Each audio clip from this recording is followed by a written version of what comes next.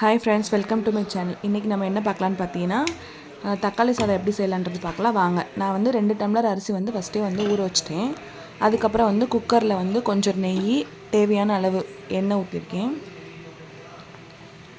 பிரியாணி இலை, ஏலக்காய், பட்டை, சீரகம், சோம்பு எல்லாமே போட்டு நல்லா பொரிய விட்டுக்கலாம்.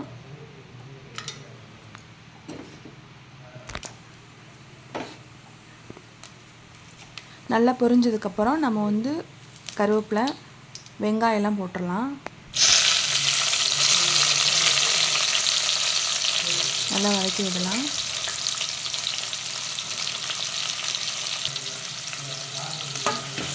நல்லா வெங்காயம் வெந்ததுக்கப்புறம்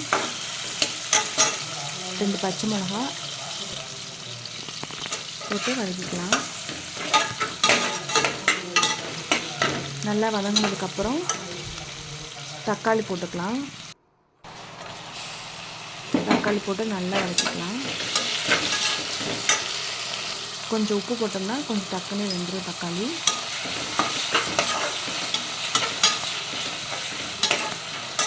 இப்போ வந்து ஒரு மிக்ஸி ஜாரில் கொஞ்சம் ஒரு 2 தக்காளி, கொஞ்சம் மிளகா பொடி போட்டு நல்லா மிக்சியில் அரைச்சிக்கலாம். நம்ம இதில் வந்து கொஞ்சம் இஞ்சி பூண்டு பேஸ்ட் 1 டேபிள் ஸ்பூன் போட்டுக்கலாம். நல்லா போட்டு வதக்கிக்கலாம். நல்லா வதங்கினதுக்கப்புறம் நம்ம அரைச்சி வச்ச அந்த தக்காளி பேஸ்ட்டை வந்து இதில் போட்டு சேர்த்துக்கலாம். சேர்த்து நல்லா வதக்கிக்கலாம். இந்த பச்சை ஸ்மெல் போகிற வரைக்கும் நல்லா வதக்கிடலாம்.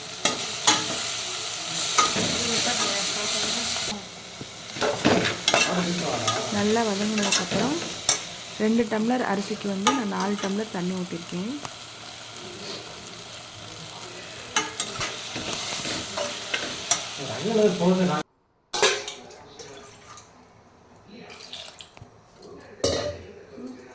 தேவையான அளவு உப்பு போட்டுக்கலாம். உப்பு போட்டதுக்கப்புறம் நம்ம அரிசி ஊற வச்ச அரிசியை போட்டுக்கலாம். அரிசி போட்டதுக்கப்புறம் நல்லா கிண்டி விட்டு நல்லா கொதிச்சதுக்கப்புறம் நம்ம வந்து க்ளோஸ் பண்ணிடலாம்.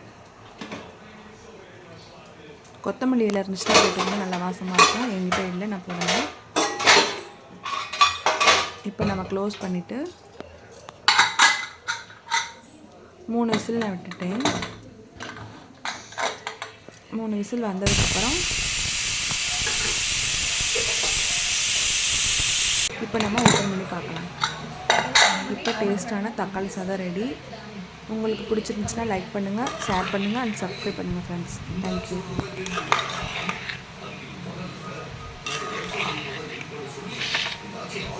கட்ட